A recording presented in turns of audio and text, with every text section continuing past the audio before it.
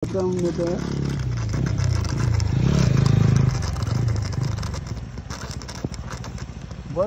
यानसको फाइदा यो गाई चाहिँ यानस बाइक लिनुको फाइदा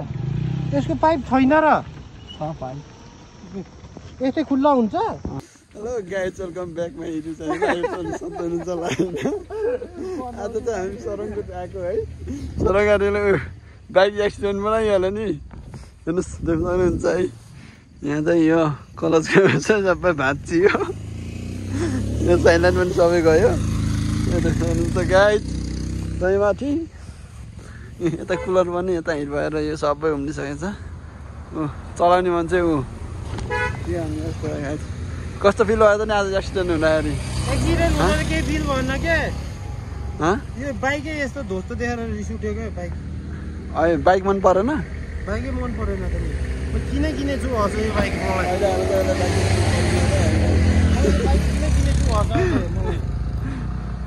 किनेछु एनएस भन्ने उसलाई फेरि होइन बाइक लतिसक्यो मान्छे उठाउनु जा भन्दाखेरि हेरेर बसिदिन्छ फेरि जाम घर जाम तल जाम हिँडेर पुग्छ अनि हिँडेर जाम